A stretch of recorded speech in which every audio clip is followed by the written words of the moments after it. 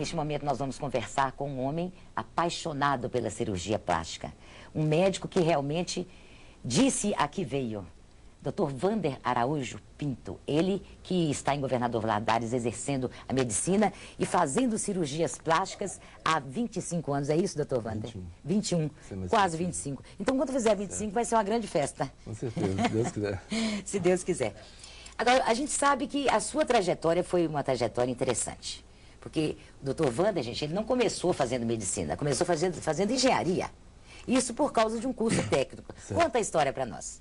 Eu saí de Valadares em 1970 e parti para um curso de máquinas e motores. Graças a Deus que me deu uma base boa. Eu comecei a acreditar na condição de um simples cidadão que pudesse atingir meus objetivos. E ingressei na engenharia, trabalhando na Volks com um projeto de carros, na parte de dispositivo de controles. E na engenharia eu criei mais asas, acreditando mais ainda na medicina, pelo nível que eu tinha de formação baseado na escola técnica. E o sonho foi se tornando realidade, né, com o tempo. Eu conheci Juiz de Fora passando de passagem, me apaixonei por Juiz de Fora e tive a felicidade de conhecer a Universidade Federal de Juiz de Fora, porque por onde eu me encantei, pelo campus, pela estrutura e onde eu fiz meu curso. Pois é, e aliás na Universidade Federal. É a Escola Federal, na época estava considerada entre as 5 melhores universidades do Brasil. E eu soube também que desde o primeiro ano você criou uma intimidade com a cirurgia de um modo geral. Desde o primeiro ano de medicina. Com certeza. Pelo simples fato de lidar com desenho, os projetos que eu realizava na Volks, eu fui desenvolvendo dentro da faculdade no primeiro ano, desenhos e trabalhos dentro da área de anatomia e outros para os amigos e para mim mesmo, para a minha turma mesmo. O professor descobriu e através de um trabalho que eu fiz para ele, eu fui convidado no início do segundo ano a colaborar com a cirurgia plástica. Eu aceitei de imediato e foram 5 anos, dentre os 6, que eu acompanhei cirurgia plástica, assim, permitindo que eu tivesse acesso a um número de informações, além dos 5 anos de residência, que é a especialidade, mais 5 anos durante o curso de medicina, que eu acho que facilitou bastante, né, o meu aprendizado e o conhecimento que eu fui desenvolvendo ao longo dos anos. Perfeito. Nós temos aqui algumas perguntas sobre cirurgia plástica e também depois o povo vai perguntar. Nós gravamos umas perguntas na rua. Então, a minha primeira pergunta, assim, bem pessoal. Quando que é chegada a hora da pessoa fazer uma cirurgia plástica? Quer dizer, quando que ela vai saber que hora é essa? Eu digo para as minhas pacientes que a necessidade é uma coisa muito pessoal, muito individual. Ninguém deve operar para agradar outro. E simplesmente para o seu bem-estar próprio. Vamos dar um exemplo simples, a orelha em abano. A criança tem a orelha em abano, a orelha em abdução. Com 5, 7 anos, quando ela entra na escola, ela começa a ser taxada de apelidos, entendeu? Discriminada de certa forma. Então é a hora certa de operá-la, a partir dos 6 anos de idade. Onde a orelha já atingiu 80% do seu crescimento e já permite uma manipulação de tecido sem comprometer sua estrutura anatômica, que é muito importante respeitar a anatomia dentro da idade cronológica de crescimento da nossa massa corporal. Tem casos de crianças ainda, adolescentes, que se submetem à cirurgia para diminuir a mama, senão isso irá atrapalhar a sua personalidade. Irá interferir, isso pode acontecer também. Tem um alerta ao aspecto fisiológico, anatômico, onde uma mama, uma gigantomastia, uma menina com 16 anos, referindo na sua postura, e principalmente no seu psiquismo. Se as pessoas prestassem mais atenção, eles viriam a cirurgia plástica não simplesmente como uma cirurgia de estética, desnecessária para muitos. Na verdade, ela gera um bem-estar psíquico, melhor autoestima, e isso aí faz com que a pessoa passe a viver melhor, produzir mais. O próprio governo poderia estimular a mastoplastia redutora nessas pacientes pobres, carentes, que têm mamas enormes, porque elas iriam trabalhar mais satisfeitas, produzir mais e ficariam menos doentes em fila de NPS. Pois é, problemas de coluna seríssimos que elas passam a ter, né? Quais são as cirurgias estéticas assim, mais praticadas no Brasil? A principal, né, o carro-chefe da cirurgia plástica é a lipoplastia. A lipoplastia foi adquirindo vários nomes, mini lipo, lipo light, alguns nomes até impróprios, mas o termo correto é lipoplastia.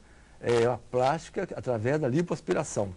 E essa plástica, ela vai redefinir a silhueta corporal, não é para emagrecer ninguém. Isso é uma condição sine qua non. Algumas pacientes tentam usar desse mecanismo para perder muito peso, que é uma forma incorreta. E após a plástica vem outras cirurgias. Mama, por exemplo, uma cirurgia muito frequente. Hoje a mastoplastia de aumento, que é colocar o silicone, que é a inclusão de silicone, realmente tem sido muito procurada, porque as pessoas de poder aquisitivo mais baixo também passaram a ter acesso, que é algo muito interessante no nosso meio. E por isso que vem crescendo tanto o número de cirurgias plásticas no Brasil. Está quase alcançando os Estados Unidos.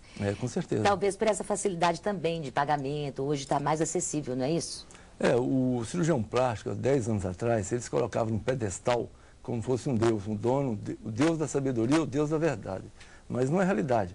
E foi descobrindo ao longo dos anos que tem pessoas que têm necessidades básicas. Além da cirurgia reconstrutiva ou reparadora, a cirurgia estética, ela tem o seu lado de importância no meio social, porque ela vai gerar benefício que vai colocar as pessoas dentro desse contexto muito mais felizes. E uma pessoa feliz, ela vai gerar felicidade em volta dela. Uma pessoa triste, ela se torna deprimida, que é a moda dos tempos modernos, a depressão, porque, por vários motivos. E um deles, por incrível que pareça, é pela cobrança da própria sociedade. O Michael Jackson se tornou uma eterna criança infeliz, buscando a beleza, porque teve um problema seríssimo quando criança, né? E ele não se aceitava negro. Aliás, a sua explicação eu achei muito interessante. Ele não encontrou o ideal da beleza, não é isso? Certo. Ele não tinha, apesar de todo o potencial que ele tinha de voz, uma voz maravilhosa, ele foi agredido desde de criança. E quando a criança sofre um preconceito, ela se sente discriminada ao longo de sua vida. Isso vai refletir na fase adulta, porque é quando ela vai tomar decisões importantes. Como criança, ela nunca vai tomar decisões importantes. Mas então ele era agredido pelo pai de negro narigudo, negro isso, e vários adjetivos desqualificativos. Se o ser humano passar a aprender a conviver de forma mais harmônica e mais educada, entendeu? Menos hostil, com certeza a nossa comunidade vai viver muito melhor.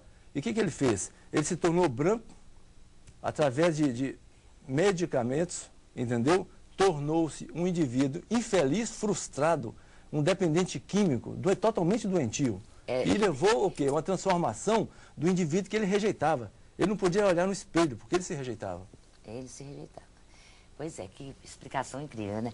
Mas temos as perguntas aí do povo nas ruas. Então vamos lá, vamos à primeira. A lipoaspiração é uma cirurgia mais perigosa do que as outras? A medicina, eu vim pensando antes de chegar aqui, medicina é muito complexa. Eu lidei com máquina, você troca um motor, você troca um pistão, resolve o problema. Só que o ser humano, ele pensa. O fato dele pensar e ter sentimentos, ele propicia condições favoráveis ou desfavoráveis para qualquer cirurgia.